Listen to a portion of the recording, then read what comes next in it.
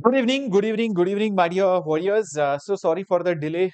There were some technical issues because of which I was not able to start before. So I hope I'm audible and visible to all of you right now. Quickly let me know in the chat box. Yes, the session has just started.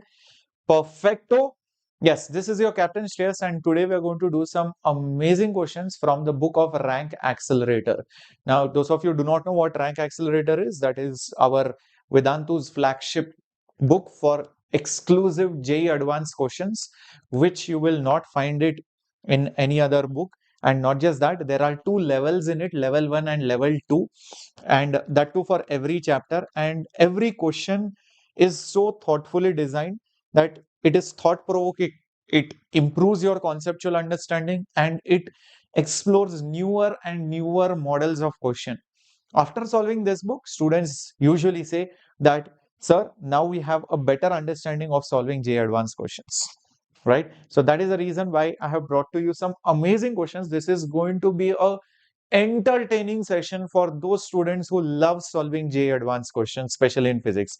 Hi Suraj, hi Covert, hi, good evening Vivid, hi Alon, hi Abhinav, Sukun, welcome, hi Satvika, good evening. So let's begin with the questions. And those of you who do not know me, my name is Shreyas, Captain Shreyas, your physics master teacher, training kids for more than 13 years. And I did my graduation from NIT Nagpur, did my research from IIT Bombay. Long story. So hopefully you will enjoy all the questions that I have brought to you. And do let me know where you guys are from. So because I can see a lot of new names today. So quickly let me know in the chat box, where are you all from, right? So smash that like button also and stay tuned on the channel by hitting that subscribe button. That's very crucial, guys. Else you will miss out on all the amazing classes. So here comes the first question. A cylindrical tube which is filled with water. Okay, there is a tube filled with water. Refractive index is 4 by 3. Okay, I think symbolically some mistake is there, but it is understood.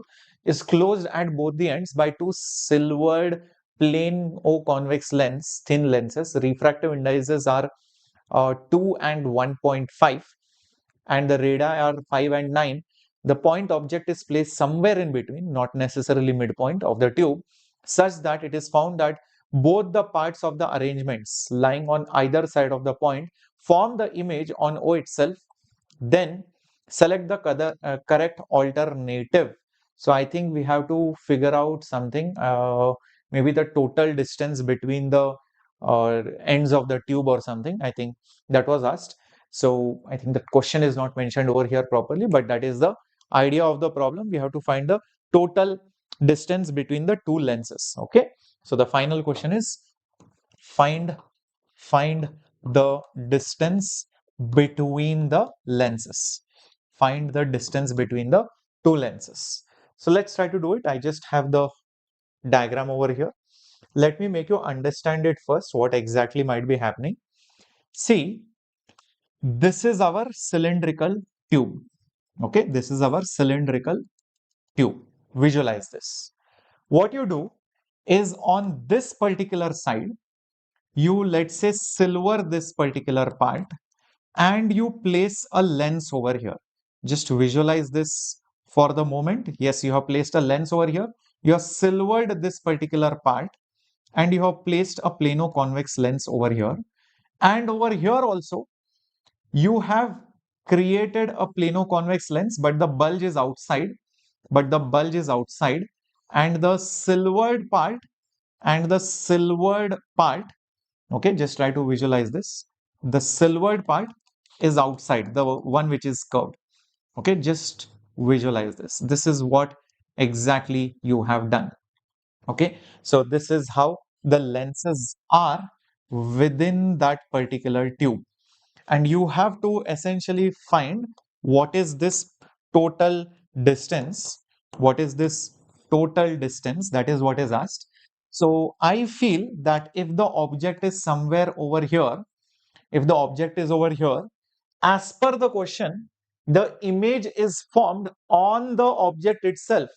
So the image is formed on the object itself. That means the rays are coming back. So I feel that individually, let's find it out. So first, let's find out how much is this distance x1. Then let's find out how much is that other distance how much is that other distance x2, and adding x1 and x2 we can find the total distance between the lenses. The total distance between the lenses, I can find it by adding these two distances x1 and x2. Is this point absolutely clear till this particular explanation? Okay. So the rays are finally coming back at O from this lens also and this lens also. So image coincides with the object. That is what is happening. So let's look at the left part first and then let's look at the right part. So if you look at the left part, there is a plane surface which is silvered. So if the image has to fall on the object, that means the rays must retrace back. Rays must retrace back the same path. So that means most likely what would be happening is the ray will be falling normally on the surface of the mirror, isn't it? The rays will be falling normally on the surface of the mirror and they will again be retracing back. That means as they go, they will refract back normally on the mirror surface and they will again they will retrace back the same path like this so that the image is formed over there.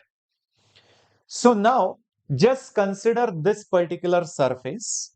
I want everybody to focus on this particular surface over here. The incident ray is going in this direction. So this side is obviously positive. This side is obviously negative. The center of curvature will be somewhere over here. And I think the radius of curvature is already given to be 5 centimeters. Radius of curvature is given to be 5 centimeters. The refractive index of this particular lens is also given. It is 2. The other one was 1.5. So this was refractive index 2. Water had a refractive index of 4 by 3. The water's refractive index was anyways given to be 4 by 3.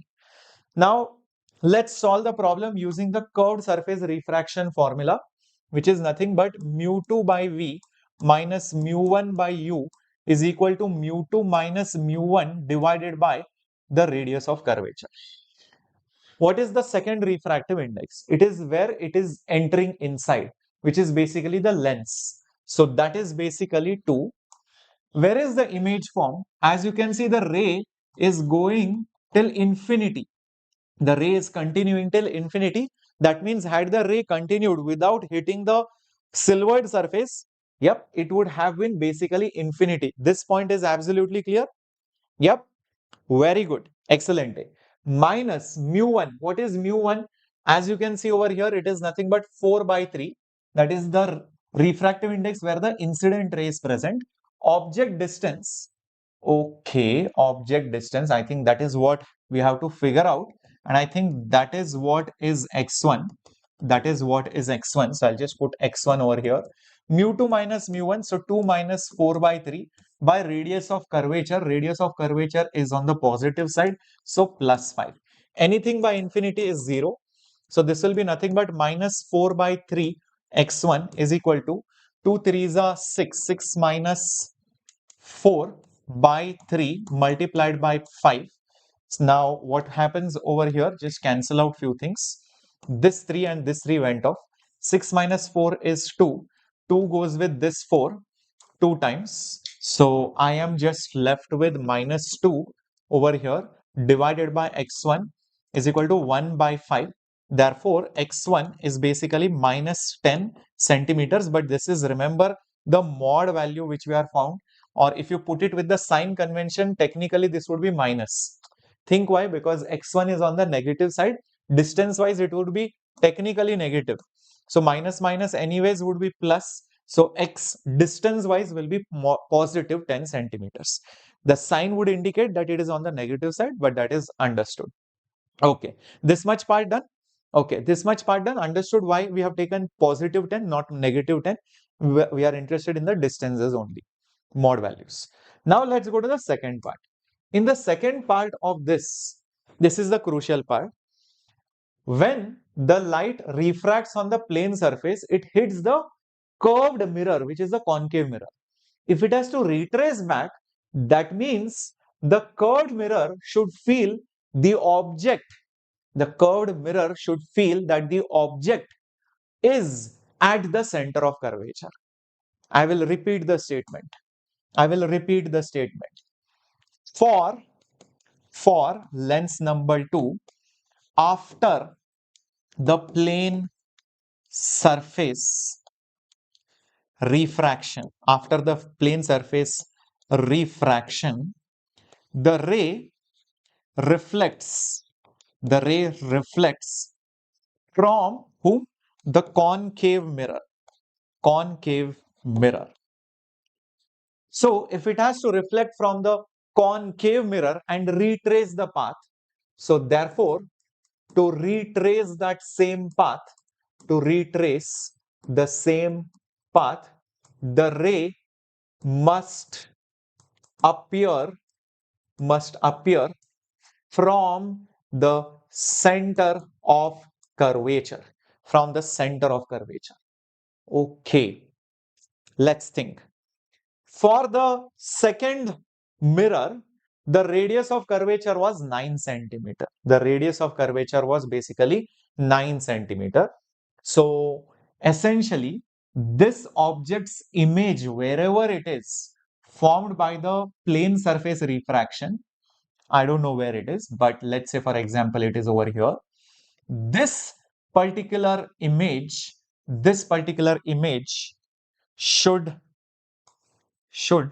one second, let me show over here like this. Yeah, should be exactly at the center of curvature. That means this particular distance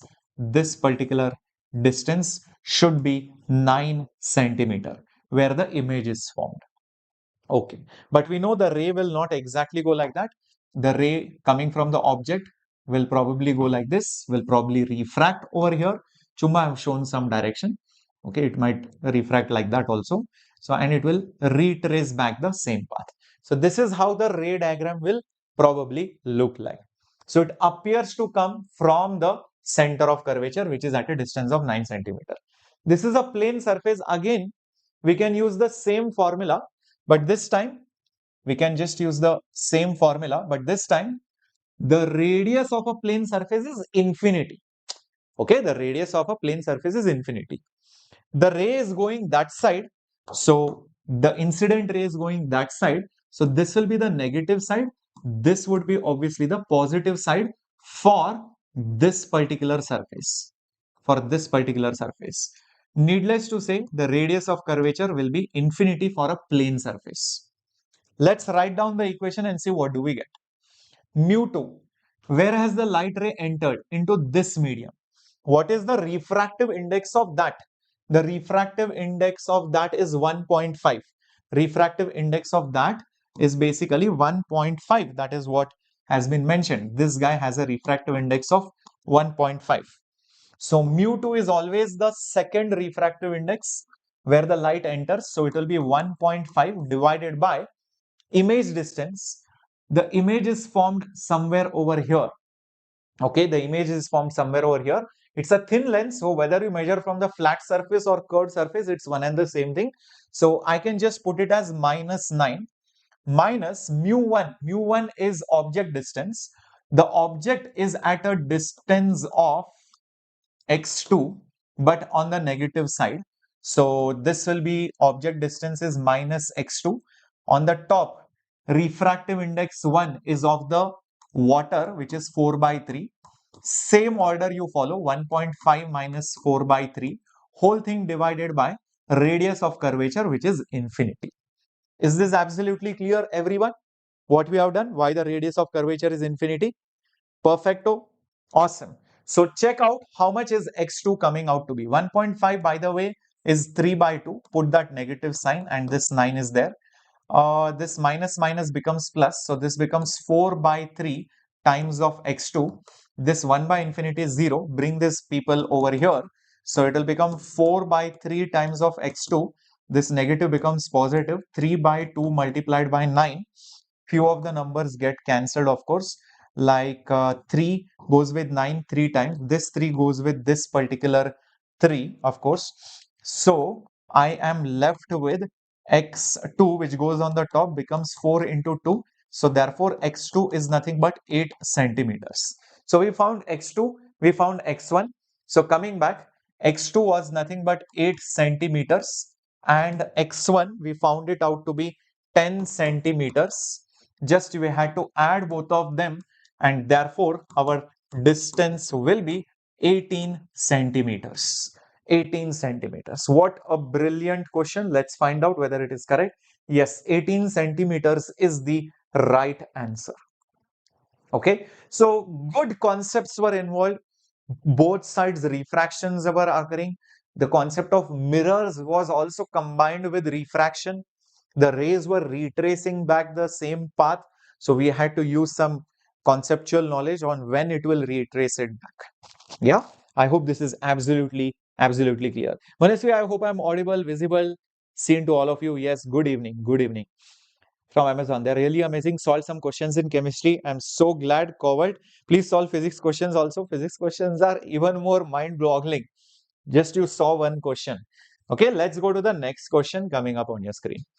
It says there are 2 points located on the floor of a room, and as shown in the diagram, the room has 3 walls. Perpendicular distance of point A from wall 1, 2 and 3. These distances are given. Point B also the distances are given. While a man has to go from point A to point B, touching wall 1, touching wall 2 and wall 3 at least once, minimum distance traveled by the man is how much? Okay, I'll tell you what is the concept behind this. Forget this problem just for the moment.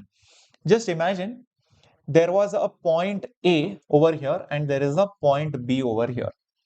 Okay, if I ask you, I have to go from point A to B via the shortest path. Via the shortest path.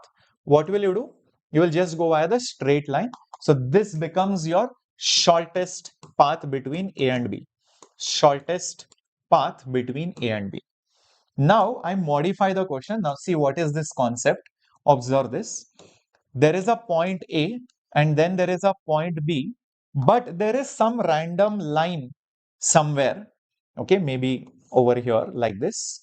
And the question says you have to touch the line and then come to point B in the shortest path. Obviously, there are many paths which are possible. Many paths which are possible. Like for example, I can go like this and I can go like this. Or I can go like this and then I can go like this. Or I can go like this and then I can go like this, or maybe I can go like this and maybe I can go like this. All these are possibilities, guys. Every time I'm touching that particular, every time I'm basically touching that wall and reaching B, but not all of them are the shortest distance. When is it the shortest? It is the shortest when you take the mirror image of A, assuming this is a mirror image of A, assuming the line is a mirror. So somewhere here will be A prime. This is basically the mirror image. Take the mirror image and then draw a line, from A to B, then draw a line from A to B. That's it. This is the point where you should touch the wall. This is the point where you should basically touch the wall. So the actual shortest path will be go from here to here and then go from here to here. So this is basically your shortest path. So this is basically the shortest path. This is basically your shortest path while touching the line once. While touching the line once. Is this understood? And the reason, explanation is simple. See guys, this distance is same as this distance. This distance is same as this distance. So if between any 2 points, a straight line is the shortest distance, so naturally the mirror image will also be the shortest distance while you have to compulsorily reach this line and then go to point. Understood? Everyone? Is this clear? Pakka. Let me know. Covered, I'm very good. Let me know, guys. If this much is understood, then we will proceed ahead. So now think, if you had to touch 2 or more walls, imagine you had to touch 1 or 2 more walls like this. This was point A, example, this was point B. What would you do? You will take A's reflection over here, let's say it is A prime. You will take B's reflection over here, let's say it is B prime. Now what you will do? You will draw the shortest distance between A prime and B prime like this, but you cannot actually go like that. We know it. So what will happen is you will go from A to this point, then this is possible from here to here, and then like this. That is basically the shortest path between A and B, assuming you are touching all the walls one by one. Assuming you are touching all the walls one by one. Paka, clear, very nice. Such a beautiful concept, right? Now let's come back to the original question. How many walls can you see over here? I can see wall number 1, wall number 2, wall number 3. Isn't it? So just start taking the reflections, guys. Just start taking the reflections. You will get the answer. Okay? Cool.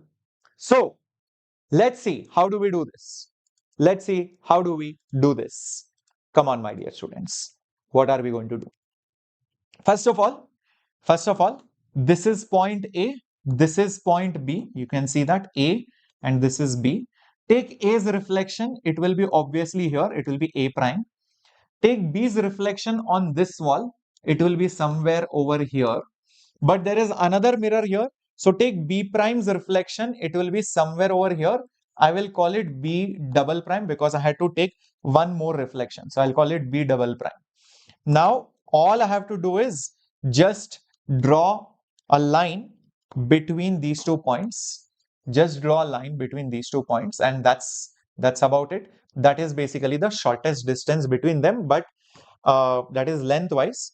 Actually, how I will be going is something like this. I'll go from here to here, and then I will go from here to here, and as you can see, okay, this will be also reflected. This dotted line will also be reflected, something like this, you can say. So I will eventually go over here and then finally reach over here. So that is the path which I will have to take so that I touch all the walls exactly once and reach B via the shortest path. Because any other path, let's say I take any other path, I go like this, like this, like this, like this, or let's say like this, like this, like this, and like this. Those will not be shortest, they will be slightly longer. Okay, always go by mirror images. Okay, everybody fine till this point? All right. So, question is, what is the shortest path? So, I think that's what the question is, right? Yeah. Find the minimum distance traveled by the man will be. Okay, it's purely geometry now. See guys, very simple. So if this is 0.4, obviously this is also 0.4. Okay, fair enough. Now this was 1 meter. This was 1 meter on the top. So when you go down over here, this will be also 1 meter. Okay, this was 0.2 here. So obviously this will be also 0.2. That means this is also 0.2. So now think of a big triangle which you can make. Think of a big triangle which you can make, something like this, from here to here and here to here. See what the height of the triangle is. First of all, this is 2 meter from here to here. So this 2 meter plus this, which is basically 1. So totally it will be 3 meters. Just check it out. Totally it will be 3 meters. Isn't it? Great. Next, what about from here to here? Well, this is 3, this is 0.4 and this is 0.4.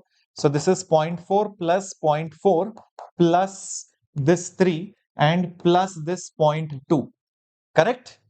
0.4 plus 0.4, 0.8. 0.8 plus 0.2 is so that is 1. So 1 plus 3 is basically 4. So this is 4 meters. So our shortest distance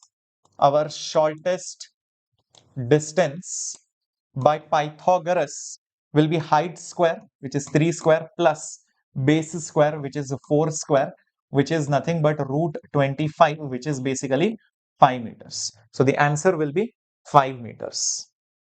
Got it? So this is how you can solve this kinematic based questions based on mirror images, reflection. So optics and kinematics combined. Yes, Sri Parama, 2026 is also coming. 2026 is also coming up very soon. All right. Moving on, guys. to the next question on your screen. There is a bead which can slide without friction, in a circular loop in a vertical plane. So this bead can go here, here, here, anywhere. It can be anywhere. Okay. But it is making an angle with the vertical. Why? Because the entire loop is rotated about the diametrical axis. Slowly it will be here, then that loop will be like this. So it is basically rotated about the vertical axis, my dear students. Okay, it is rotated about the vertical axis, which is the diametrical axis. So the bead will try to fly off, it will experience some centrifugal force, and eventually it will make some stable angle, which is theta. So the question is, I think, on the angle versus the omega value. How will it look like? So from 0 to 90, 0 to 90, but it is starting from here versus here. It is starting from 0 going to 90.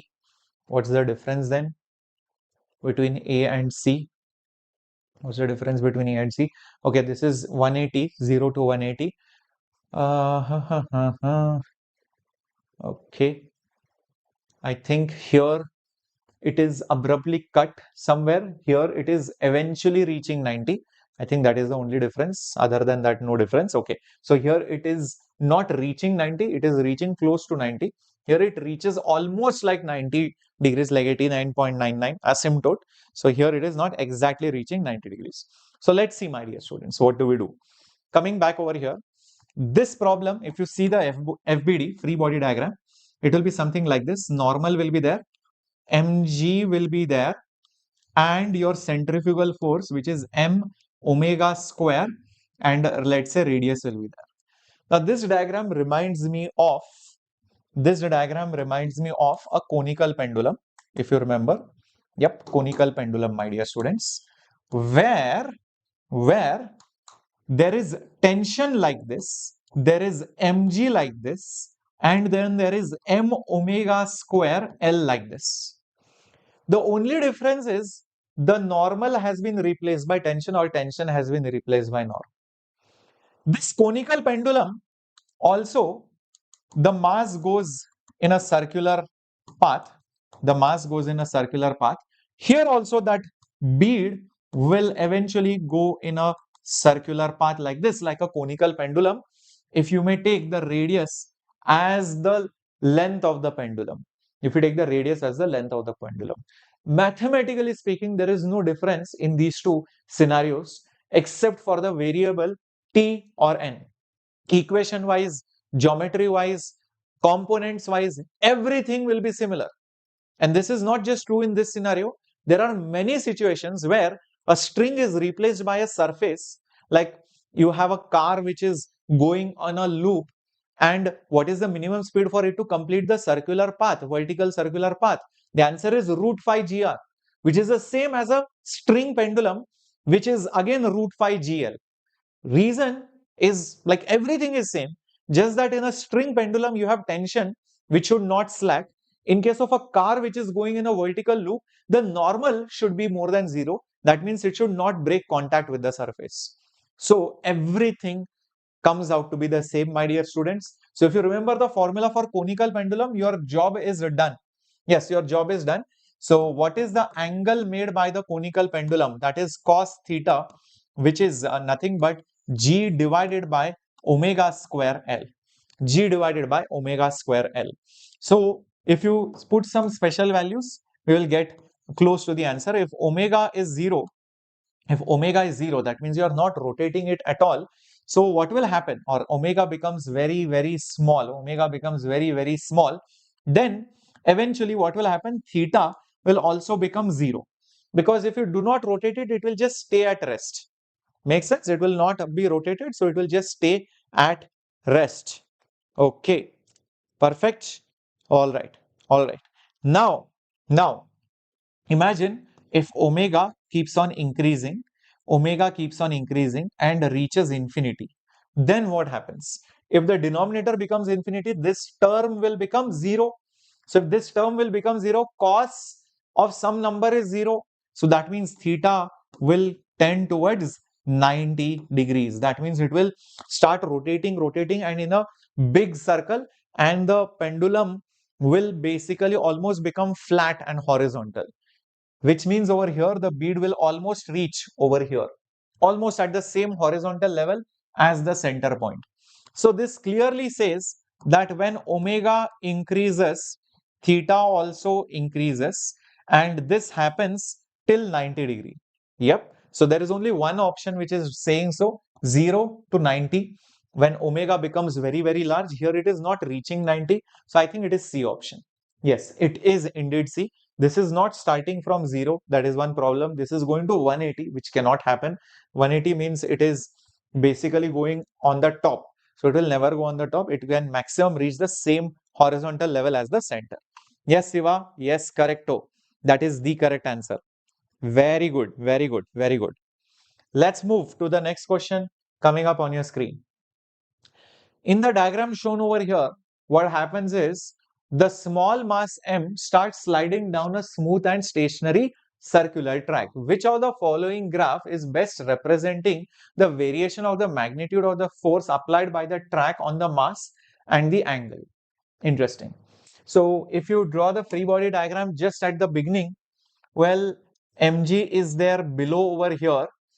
Velocity is nothing, so centripetal acceleration is 0, and the reason for that is since velocity is initially 0, so there will be, if at all, any normal, that's it, and there is going to be tangential acceleration. So the tangential force is mg, which is giving mass into tangential acceleration. So this mg over here is basically your tangential force, you can say. Here, because centripetal acceleration is 0 or normal is equal to m into AC, this being 0, even the normal force is 0 initially. As you go down, what will happen eventually at this particular point, you will see the normal will be like this, mg value will be like this, and the centripetal acceleration will be towards the center. There will be no tangential at all because nothing to provide any acceleration along the tangent. So if you write the equation, it will be net force, which is n minus mg, will be mass into centripetal acceleration. So n will be equal to mg plus m into AC. AC is nothing but v square by r. So I have an idea. Use potential energy is kinetic energy. Potential energy is kinetic energy. Potential energy is mgr is equal to half mv square. So from this we get v square, cancels, is equal to 2gr. V square is 2gr. So this will become mg plus m by r, and this is nothing but 2gr. Rr cancels. Mg plus 2mg is nothing but 3mg. So the normal force becomes 3mg at the bottommost point. Normal force becomes 3mg at the bottommost point. Okay. All right. Mr. Please ask your mentors or teachers in the batch, so they will be able to help you. Okay. So now with this information, I think we can solve the problem. What is happening to the normal force? Is it going till mg? No. Definitely this mg is wrong. This 2mg is also wrong. Now either this or either this. Will it be a straight line? I don't think so. Normal force will smoothly increase and smoothly decrease. Slowly increase, slowly decrease. It will be a smooth curve. It will not be an abrupt change. So C option is correct. Yes, this is the maximum value of the tension. And when theta is 0, it is basically 0, and when theta is again 180, then also normal force is 0. So at this point and this point, normal force is 0. Exactly at 90, it is going to be 3 mg. So this is the right answer, I feel, because it has to increase smoothly. Even if you write equations in general form, it will come out to be a curve. It will be like some sine or cos dependent function. It can't be a sharp curve, because then it will mean it has struck tuck at the bottom and suddenly there is a change. So there is some kind of an impulse which is acting at the bottom. But we know there is no sudden impulse which is there at the bottom. It is a very smooth, gradual increase and gradual decrease. Is that right? Okay. Unknown person, no, my dear, I will not be coming in the Ekalavya batch for a simple reason. it's not just about the time, but understand we take our batches very seriously when we talk about Ekalavya. It's not about some teacher will come, go, some teacher will again come and go. No, that connect has to be there. Number one. Number two, we want our students to be completely devoted and our teachers also to be completely devoted in those batches only. So the teachers over there do not take, you will not see them in any other batches. You will be seeing them only in Olympiad classes or topper batches or, those kind of things only. So that is the reason why we have a dedicated set who are taking care of those particular batches. Okay, Ekalavya batch. So please study under the Ekalavya mentorship properly. The link I have kept it in the description box also. I think there is a video running there. Yeah, please smash this like button, guys. I'm getting such good questions and you show such pathetic response. What is this? For simple sessions, you guys come in large numbers. For good level questions, you are showing this support. It is very painful, guys. So the Ekalavya batch link is here. It is for 5,000 rupees. You can check it out. And those of you who want the Rank Accelerator book, that link is also here. You can get it couriered. Don't delay it because again, it will take time. It will come before May 1st then. All right. Okay. Yep. Right. And if you want to take more help, meet any of our teachers, all our offline centers link we have put like Vijayawada, Vizag, Coimbatore, Trichy. You want to go to any center, let's say Warangal, you can just go to the center. You can probably meet the teachers. Okay. See if there is something that we can do offline for you. Or if you have your junior friends who are looking for 2-year, 1-year courses, please refer Vedantu learning centers in your nearby city. The complete list is there in the description box. Correct? Okay. The Rank Accelerator PDF is not available. The Rank Accelerator book is available. And like I showed you, it is there in the description box. Yeah. How can we send you the PDF, man? Like we have taken pain, no? And you want to give it for free. Then I will ask you, okay, do one thing. When you get a job in IT, work for free only or for your entire life. Everything is free. There is no value only for work, the hard work that we put in. It is like free. We live on air. Water also we don't drink. We just live on air only. The teachers are not having any families. The teachers have nothing to do, no clothes to wear. Teachers don't have bath. We don't live in houses. We live on the streets. That is what you are asking me to do then. Okay, if that is what the respect you are showing, then please ask the PDF, because asking any artist, because at the end of the day, teaching, giving these problems, these are all arts. If you ask any artist their art for free, you are disrespecting the artist. Very simple. It's even as simple as when you download any songs from illegal websites, it's a disrespect to that musician. Okay, I never used to understand this when I was in college, but after I started, seeing what hard work these artists put, I don't think I have been downloading any songs for free anywhere. Even if I get it illegally, I'm like, no, that's okay. We'll pay the subscription, whatever it is, and we'll get it done. So please respect the art. Okay, Prithvi. Moving on to the next question coming up on your screen.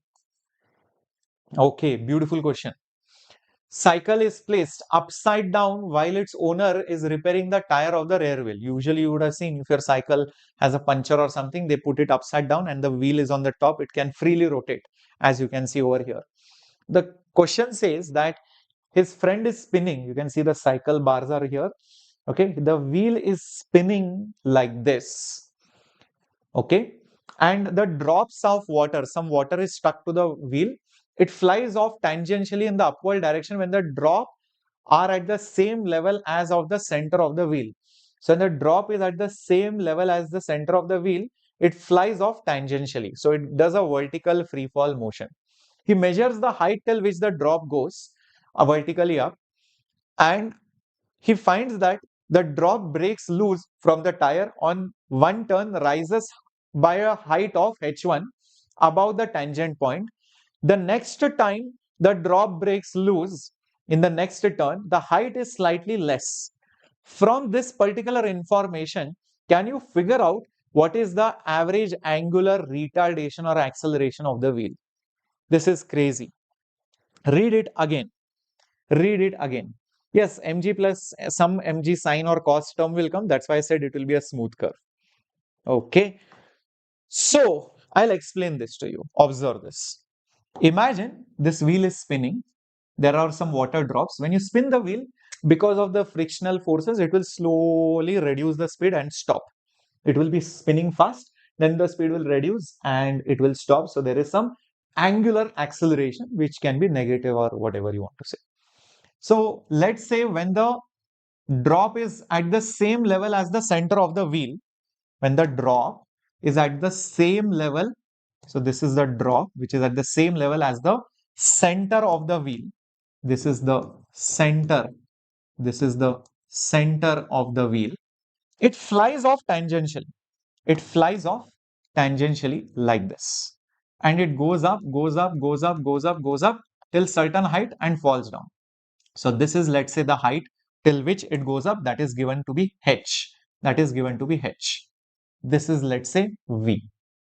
But next time, after one rotation, that next drop will not go same height, because every time it rotates, the speed is reducing.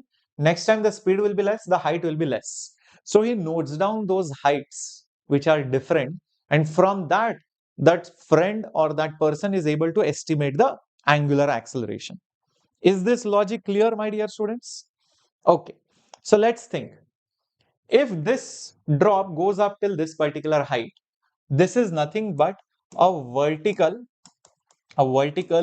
free fall motion for that particular drop, and that height will be v square by 2g.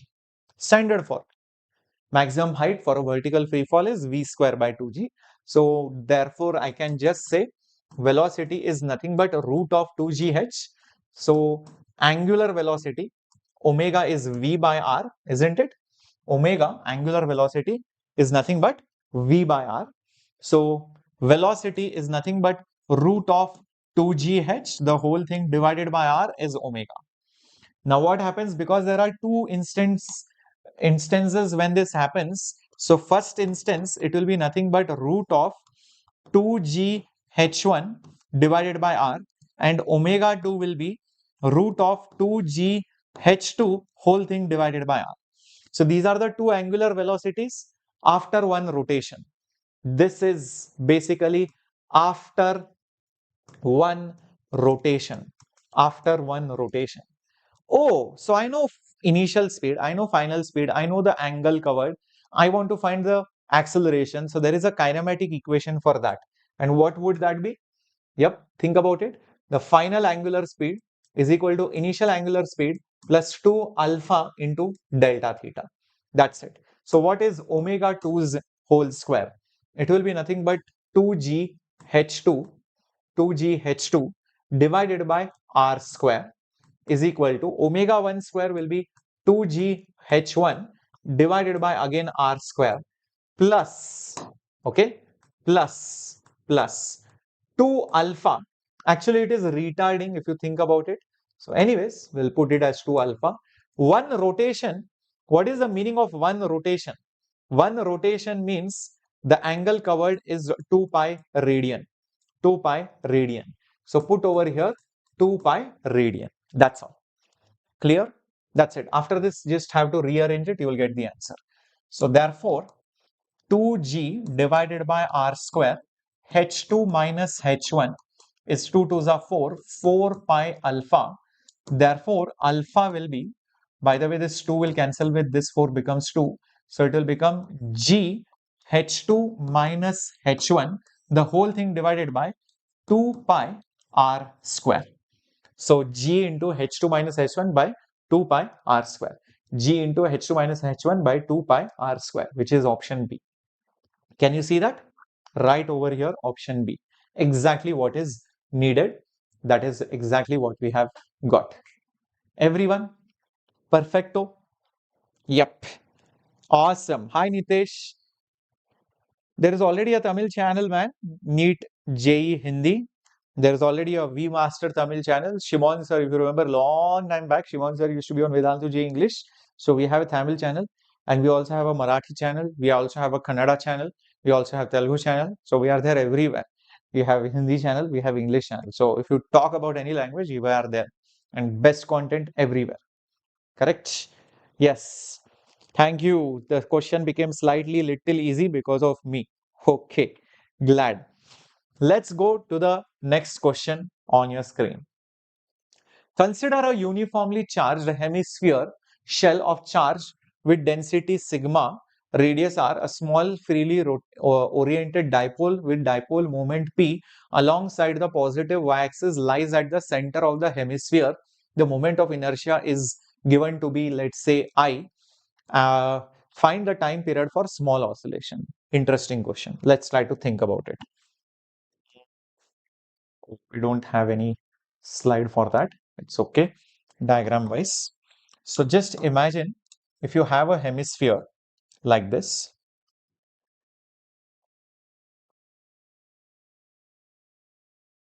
and then you are placing an electric dipole making some small angle, maybe like this,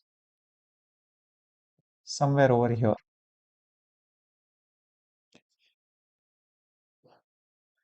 With the vertical, okay, the radius of the hemisphere, oops, the radius of the hemisphere is like this, okay. Now the hemisphere is basically charged. Yeah, just visualize this. This hemisphere, no, is basically charged, uniformly charged. Yes, this hemisphere is charged. And this is your dipole, which is oriented like this. All these charges together will give you a net electric field. These charges together will give you a net electric field. By symmetry of the diagram, it is obvious that the net electric field must be along the axis, the symmetrical axis. So I think the net electric field will be over here. So this is where your net electric field will be because of a hemisphere. But the problem is I do not know that how much it is. So you will have to sit and integrate and find it out. There is no other option. But if you are little bit cautious, careful, and have solved some problems, you would have started realizing it's better to remember the formula for the field due to a hemisphere and the field, electric field due to a hemisphere, which can also be used for your gravitational problems. Yes, what is the formula? The formula is nothing but the charge density, area charge density by 4 epsilon naught. 4 epsilon naught. That is the formula. Now, how does this formula come? That formula comes via simple integration, my dear students. So what happens is, imagine this was your hemisphere. This was your hemisphere.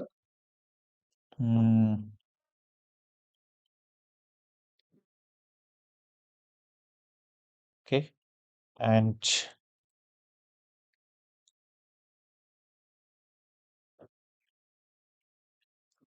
okay, this was your hemisphere, something like this. You start taking rings. You start taking rings like this. And due to each ring which has a dq charge, each ring which has a dq charge, on the axis of that ring, there is a small electric field which will come, which will be basically dE. This is a charged ring. Due to the charged ring, there will be a field which will be dE. So that dE is given by Coulomb constant, which is 1 by 4 pi epsilon naught, charge on it, which is dq, into the distance, which is x, divided by radius of that thing. Oh, the radius will also be different. So I will just call it r for now. So it will be r square plus x square. Now the total electric field will be integration of this d. After solving this, you get the final answer as sigma by 4 epsilon naught. Here also you need to be very careful what this sigma, or sorry, what this dq is, what this x is, what this r is, and all of that. So x is basically this distance, right? Now if you realize carefully, if I draw this particular line, that is a constant and that is the radius of the hemisphere. Okay. So, oh sorry, this was r square plus x square raised to 3 by 2. R square plus x square raised to 3 by 2. As you can see, r square plus x square, r square plus x square is nothing but capital R square. So r square plus x square is nothing but capital R square. That is one thing. What is x? Well, if you again take this particular angle over here, which is formed as theta, this x is nothing but r's cos theta, r's cos theta. If you ask me what is dq, that dq will be charge per unit area into the area of that particular ring which we have taken. This was the ring element which we took. So the area of that ring will be nothing but 2 pi r, but that is small r, be careful, that is 2 pi small r circumference into the thickness. The thickness of it has to be found by this logic. If theta is the angle subtended over here, that particular ring will subtend, just visualize this little bit. This particular ring will subtend over here. What is that angle subtended over here? It will be d theta. So this particular thickness of that ring, is like the length of that arc, which is radius multiplied by the angle subtended. So that's why over here you will have r into d theta. Area is length into the width. Length is 2 pi r, width is r d theta. So you have to substitute dq over here. You also substitute x over here. Substitute r square plus x square here. If you want, you can also put small r as r sine theta, which will be substituted here. Integrated from proper limits, theta will be 0 and go to 90 degree. So 0 to basically 90 degree. Then you will get the correct answer. Got it? So coming back to the original problem, now over here you will notice because of the dipole making some angle, there will be a torque on it, and that torque will be given by Pe sine theta. But for small angles, it will be Pe into theta, and E is nothing but sigma by 4 epsilon naught, so into theta. So essentially, this is my torsional constant or the torque constant. So therefore, my time period will be 2 pi under root moment of inertia by this particular constant which is there over here, which is P sigma by 4 epsilon naught. Root of 4 is basically 2. So that 2 goes outside, multiplies with that 2 becomes 4, and root of I epsilon naught by P sigma. I epsilon naught by P sigma. So that is it. That 4, if you want, you can take it outside. I epsilon naught by P sigma. That is the right answer. Got it, everyone? It's a beautiful question. Better to remember this result. What is that result? The electric field due to a hemispherical shell. From this, you can also think about gravitational shell. Okay, cool. Pakka. Amazing, amazing, amazing question. Okay, one last question. Let's do it. One last question. Let's do it, my dear students. Read this question. It's again an amazing question. There is a block which is attached to the ceiling by a spring. Constant is given. The rod is rigidly attached. It's a conducting rod between two rails. The mass of the block plus the rod is given. Rod is at a length of 1 meter. Capacitor is connected between these two conducting rails. Capacitance is also given. Magnetic field is also present over here. Neglect the self-inductance and the electrical resistance of all the wires. Self-inductance will be there because flux is changing, and also some small conducting wires, the resistance will be there. Ignore it. If the angular frequency of oscillation is omega, so find omega by 10.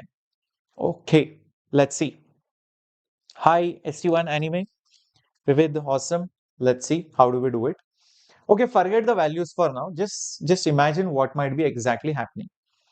See, if forget the capacitor for now. Just forget the capacitor. Just imagine it was not there. Just mass and spring. If you pull it and leave it, it will oscillate. The time period will be 2 pi under root m by k.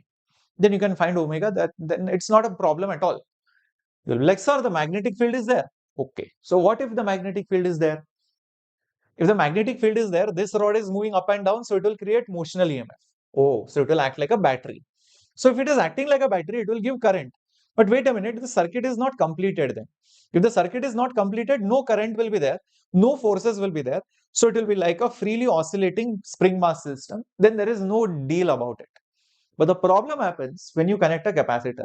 This capacitor can now store the charge, can give the charge. So, it is also playing a part of the circuit. And as it stores charges, current will flow. If current goes, magnetic field will exert a force on a current carrying wire. Oh, so things will change, the dynamics will change. So is it better to find the force as a function of X and all of that, or something else? Because if you see, the charge will keep changing, current will keep changing, force will keep changing. So quite complex. I feel it is better to do it via another method of SHM. And what is that method? Whenever systems become complicated, you have learned that particular method, my dear students. Yes. What is it? It is the energy method. It is nothing but the energy method. So just do it by simple energy method and it will be very simple. So in such an energy method, all you need to do is just write down what is the total mechanical energy of the system. It will be kinetic energy of the rod plus that mass plus the spring potential energy plus the energy stored in the capacitor. What is the kinetic energy of the rod? Well, that is nothing but half mv square.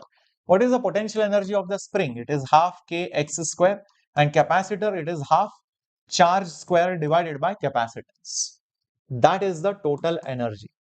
Now what happens is, let's think, do I know the value of the charge in some or the other way? I think we can find it out. It's not that difficult.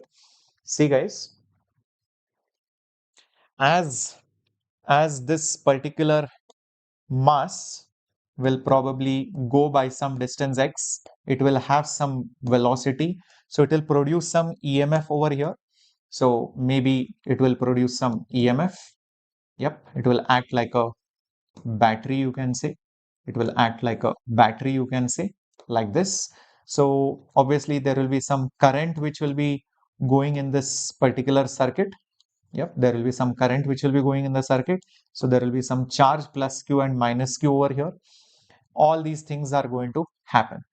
So how much is that charge? Charge is capacitance into voltage. This is voltage, and that voltage is nothing but the motional EMF. Motional EMF. What is the motional EMF? Motional EMF is magnetic field into length of the conductor into the speed. So the charge is CBLV. Charge is CBLV. So why not substitute that particular charge over here as C square? What is it? C square B square L square. C square B square L square V square divided by C. Divided by C. This is nothing but half.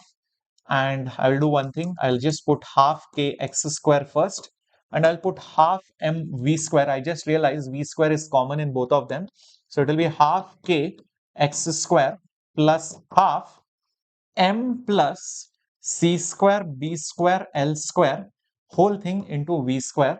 That is the total energy. Is this fine? I've just condensed the equation into a simple form as of now.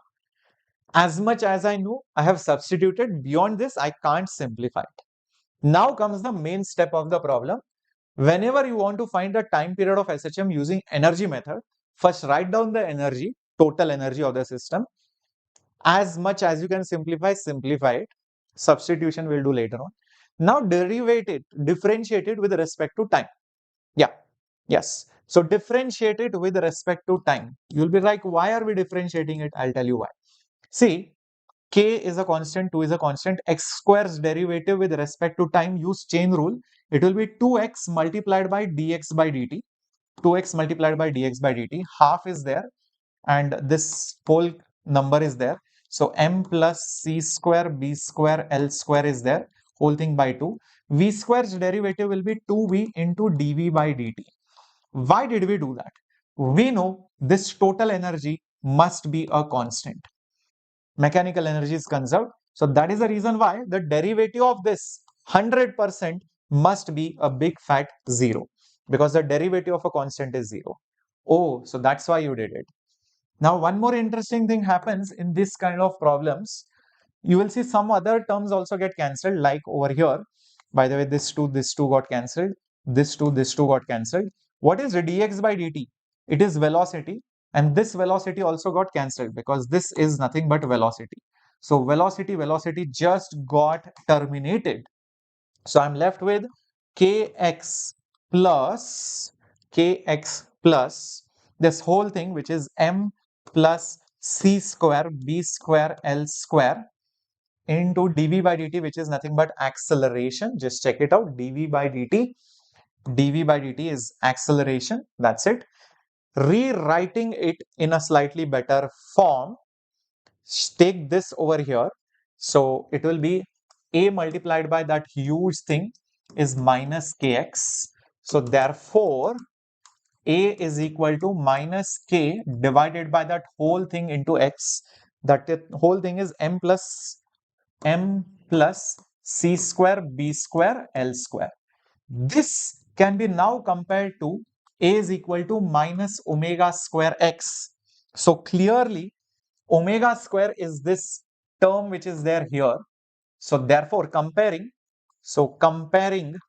both the equations, you will get omega square is k divided by m plus c square b square l square. So omega will be root of k divided by m plus c square b square l square. Now all the values are known. Substituting, you will get the answer. Substituting, you will definitely get the answer. Got it? So energy method basically works like this. The energy is a constant.